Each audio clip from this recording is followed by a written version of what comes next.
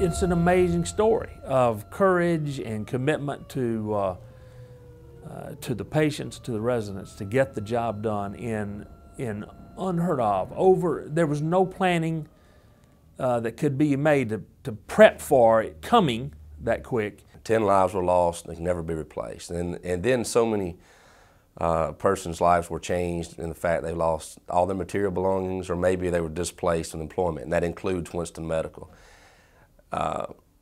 Although it was such a disaster, we can't hit reset, we can't undo what was done, but it was in the early hours in the aftermath I started looking at the opportunities. We were in search and rescue mode for the first 4 days, and after that there was a lot that was being thrown at me, and there was a lot of saying, okay, this has happened. There's a lot of things that if we do this right, we can achieve so much. Ambulances and people everywhere, not a patient or a resident injured or killed, miraculous.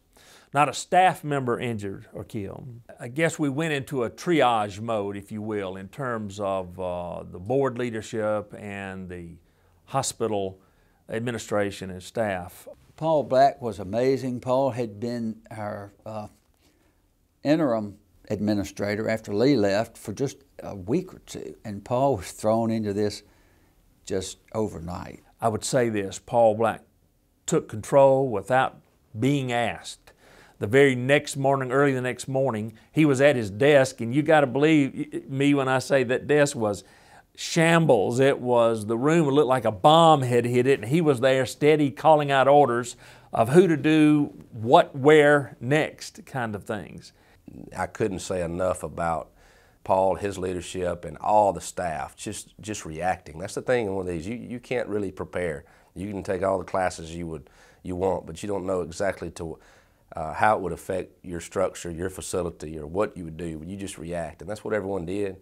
And by morning hours, to hear that at daylight the next day, as I went to the hospital for some news footage, as sun was coming up and cars were flipped and the place was just completely abandoned, but to know that everyone that was there was safe and sound somewhere else, that was a remarkable job. One of the things I'm most proud of is that even after the devastation, we still had enough resiliency, we had enough resource to look at other possible avenues as far as rebuilding the complex. And we have been fortunate enough that not only are we going to rebuild, but we're going to have a larger campus, a better campus.